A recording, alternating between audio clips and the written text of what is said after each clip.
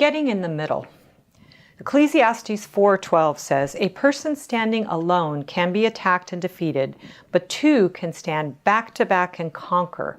Three are even better, for a triple braided cord is not easily broken." That's the New Living Translation. Triangulation in a dysfunctional family system is a really strong, entrenched pattern that can be difficult to break. But we need to work on doing it because it's really unhealthy and it keeps us stuck doing the same thing.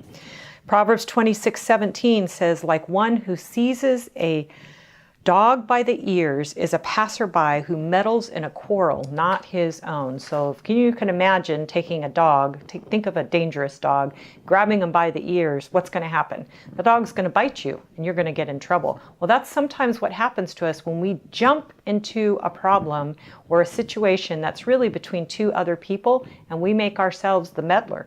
We make ourselves the extra person that's a part of that problem by getting in the middle.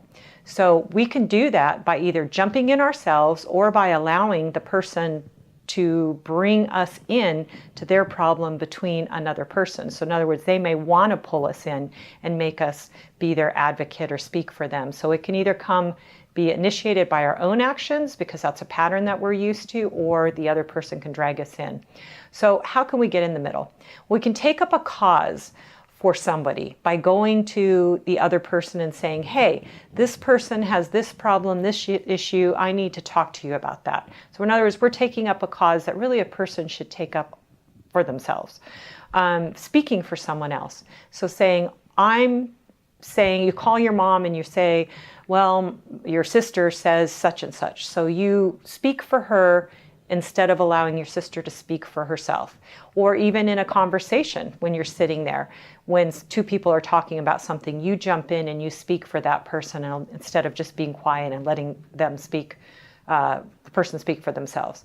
Jumping into a conflict that's going on. This could be between your husband and your child, or two of your children, or your siblings, or two friends, and you jump into the conflict and try to be a mediator or try to negotiate or stick up for one person over another.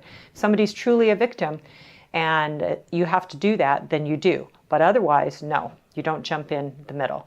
Coaching, telling somebody what to say, how to say it, how to solve the problem for themselves.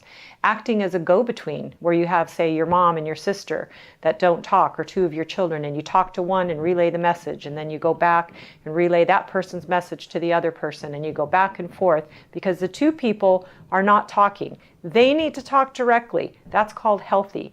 They need to be the ones that need to work out their own relationship. You don't need to be the go-between. So if you're doing that kind of thing, the best way you can get out of that is to say to the person who's asking you to go there for them, or who you want to go, "Please go and talk to that person directly yourself. I'm not going to be the go-between anymore." Getting angry with somebody for something that person did to another person, and then you let them know how angry you are because they did this to this person.